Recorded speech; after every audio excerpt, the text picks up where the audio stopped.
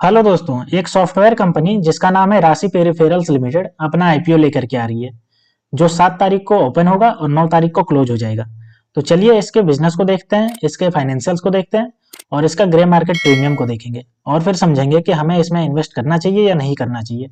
और अगर हम इन्वेस्ट करेंगे तो लिस्टिंग गेन हमें कितना देखने को मिलेगा और साथ ही लॉन्ग टर्म के लिए हमें इन्वेस्ट करने पे क्या फायदा होगा या नुकसान होगा, चलिए देखते हैं। ठीक है, तो चलिए सबसे पहले कंपनी के बिजनेस को देख लेते हैं। तो ये जो कंपनी थी वो 1989 में ये इनकॉर्पोरेट हुई थी। ठीक है, राशि पेरिफेरल्स लिमिटेड के नाम से। ठीक है, ये जो करती है वो distributes global technology brands in India, यानी कि जितने भी ग्लोबल टेक्नोलॉजी है उसको इंडिया में डिस्ट्रीब्यूट करती है। ठीक है, ये जो काम करती है वो इंफॉर्मेशन एंड कम्युनिकेशन टेक्नोलॉजी के क्षेत्र में काम करती है। ठीक है, क्या ऑफर करती है?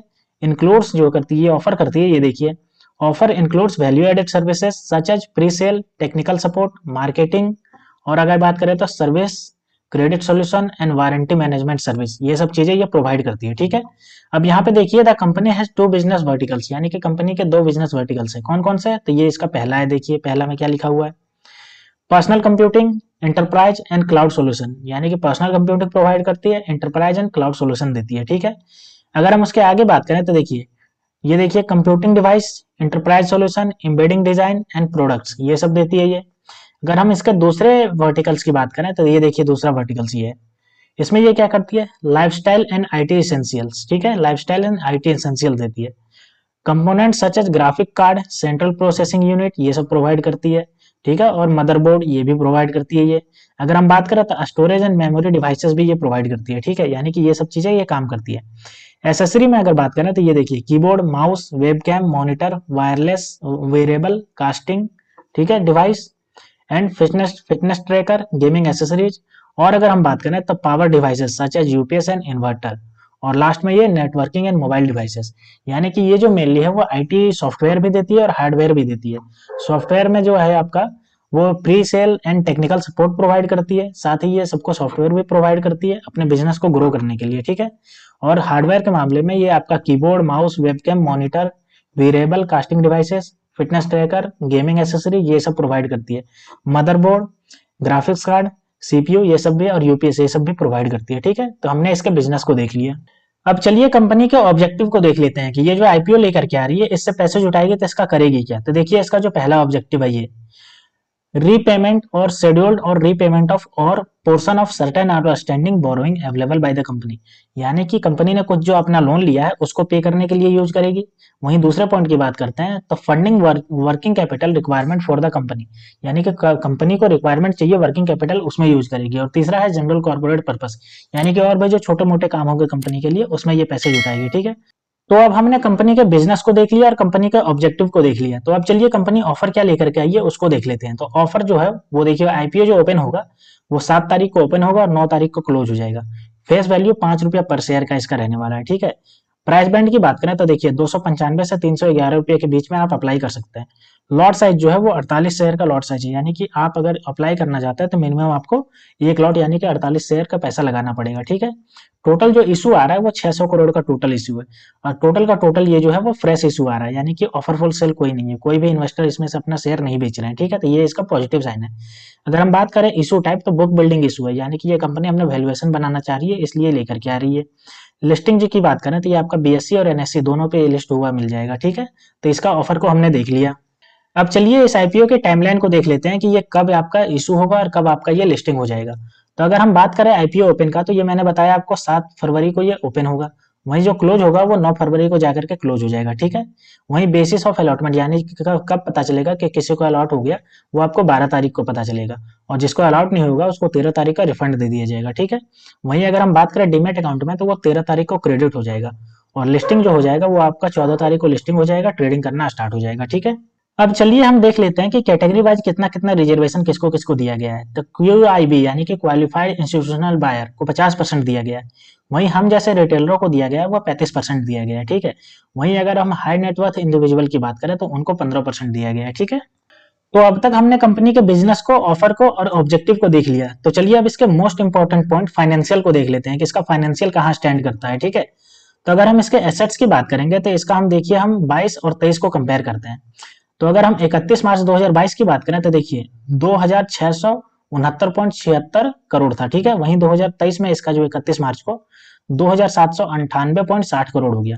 वहीं अगर रिवेन्यू की बात करें तो देखिए इसका रिवेन्यू ये है, 2022 में इसका 9321.92 करोड़ था, वहीं 2023 में ये बढ़कर के 9468.95 करोड़ हो गया। ठीक है, अगर पीएटी यानी कि प्रॉफिट आफ्टर टैक्स की बात करें तो 2022 में इसका 182.51 करोड़ था, वहीं 2023 में इसका जो है वो घट करके 123.34 करोड़ रह गया। ठीक है, वहीं अगर हम नेटवर्थ की बात करते हैं इसका, तो नेटवर्थ 2022 में इसका 575.07 करोड़ था, वहीं 2023 में ये बढ़ करके 700.12 करोड़ हो गया। ठीक है, यानी कि इसका नेटवर्थ जो है वो बढ़ गया। रिजर्व एंड सरप्लस की बात करते हैं तो 2022 में इसका 557.84 करोड़ था, वहीं 2023 में बढ़ करके 760.36 करोड़ हो गया।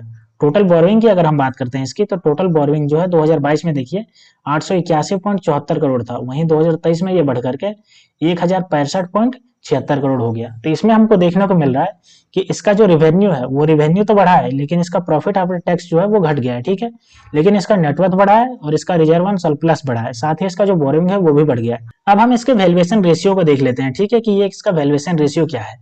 तो इसका जो वैल्यूएशन रेशियो है, देखिए आरओई की बात करते हैं तो 19.33% है। ठीक है, return on equity. Return on capital employed की बात करते हैं तो 14.21% है। डेब्ट टू इक्विटी की बात करते हैं तो 1.53 है। ठीक है, तो ये ठीक है, 2 के नजदीक नीचे होना चाहिए, तो ये ठीक ठाक है। ठीक है, अगर रिटर्न ऑन नेटवर्थ की बात करते हैं तो 17.60% का है, जो कि ठीक ठाक है। अगर प्राइस टू बुक वैल्यू की बात करें तो 1.86 है, तो ये भी ठीक ठाक है। अब हम बात करते हैं इसके प्री आईपीओ और पोस्ट आईपीओ के ईपीएस और पीई रेशियो को। ठीक है, तो अगर हम ईपीएस की बात करते हैं तो ये देखिए हमारे पास डेटा है कि प्री आईपीओ इसका जो होगा वो 26 रुपया 46 पैसा रहेगा और पोस्ट आईपीओ 21 रुपया 86 पैसा हो जाएगा। वहीं अगर हम पीई रेशियो की बात करते हैं तो प्री आईपीओ इसका 11.75 रहने वाला है और जो पोस्ट आईपीओ है वो 14.23 हो जाएगा। ठीक है, अब चलिए कंपनी के पीयर कंपैरिजन को देख लेते हैं। तो कंपनी ने अपना पीयर कंपैरिजन किया है वो रेडिंगटन इंडिया के साथ किया है। ठीक है, तो ये रहा हमारे पास रेडिंगटन इंडिया का डेटा और ये हमारे पास है राशि पेरिफेरल लिमिटेड का डेटा। ठीक है, तो चलिए हम देखते हैं एक एक करके।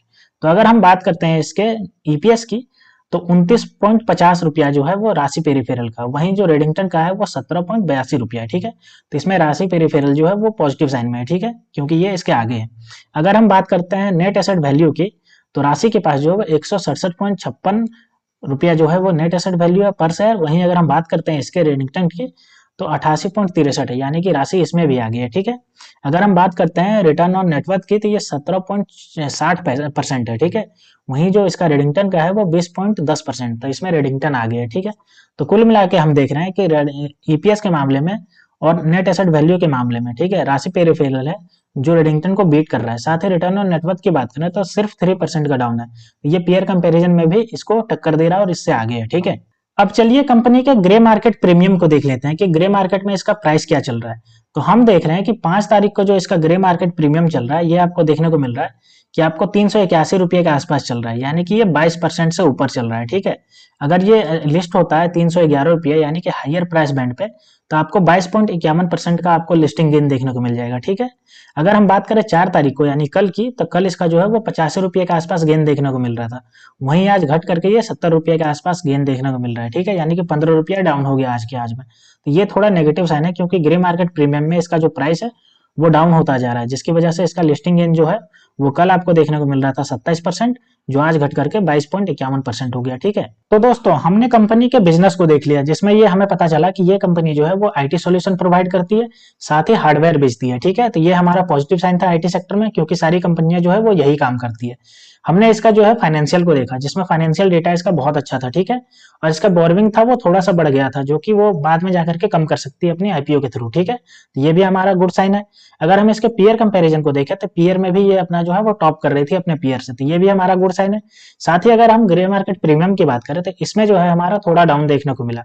पहले ये 85 रुपया का गेन लिस्टिंग गेन देखने को मिल रहा था कल की तारीख में, और आज की तारीख में ये घट करके 70 रुपया का लिस्टिंग गेन देखने को मिल रहा है। ठीक है, तो ये हमारा जो है जो लिस्टिंग गेन के लिए इसमें इन्वेस्ट करना चाहते हैं, आपको वो 20% 22% के आसपास लिस्टिंग गेन देखने को मिल जाएगा। ठीक है, तो दोस्तों आप भी एक बार खुद से एनालाइज करिए इसको, और उसके बाद आप खुद डिसाइड करिए कि इसमें आपको इन्वेस्ट करना है या नहीं करना है। ठीक है, तो दोस्तों ऐसे ही वीडियो देखने के लिए आप मेरे चैनल को सब्सक्राइब कर लीजिए। तो मिलते हैं दोस्तों नेक्स्ट वीडियो में, तब तक के लिए स्टे ट्यून्ड। Thank you.